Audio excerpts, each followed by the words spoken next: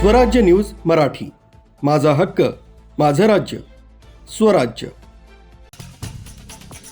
इगतपुरी नगर परिषद मुख्याधिकारी धीरज भामरे यांनी नुकत्याच शासनाने जाहीर केलेल्या निवडणुकांमुळे शहरातील नागरिक, राजकीय नेते, शासकीय कर्मचारी, अधिकारी यांनी आचारसंहितेचं पालन करण्याचं आवाहन केलं आहे। स्थानिक स्वराज्य संस्थांच्या सार्वत्रिक निवडणुका 2025 च्या बाबतीतली आचारसंहिता माननीय राज्य निवडणूक आयोगाकडून आज लागू झालेली आहे।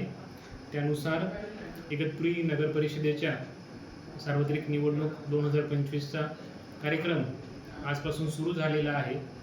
आचारसंहिता लागू झालेली असल्यामुळे आदर्श आचारसंहितेबाबत माननीय राज्य निवडणूक आयोगाचे जे निर्देश आहेत त्याचे नागरिकांनी व सर्व राजकीय पदाधिकारी पक्ष यांनी सर्वांनी पालन करायचे आहे। ज्या ज्या सूचना राज्य निवडणूक आयोगाकडून देण्यात आलेल्या आहेत त्या सर्वांचे पालन करायचं आहे।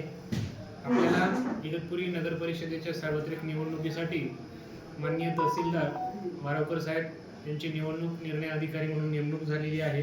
त्यांच्या मार्गदर्शनाखाली आचारसंहितेचं काम आजपासून नगरपालिकेकडून सुरू झालेलं आहे। तरी सर्व नागरिकांनी आचारसंहितेचं तंतोतंत पालन करावं हे मी आवाहन करतो।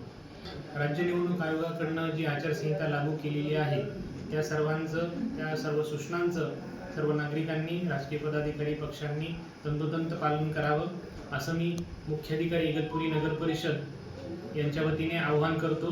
धन्यवाद।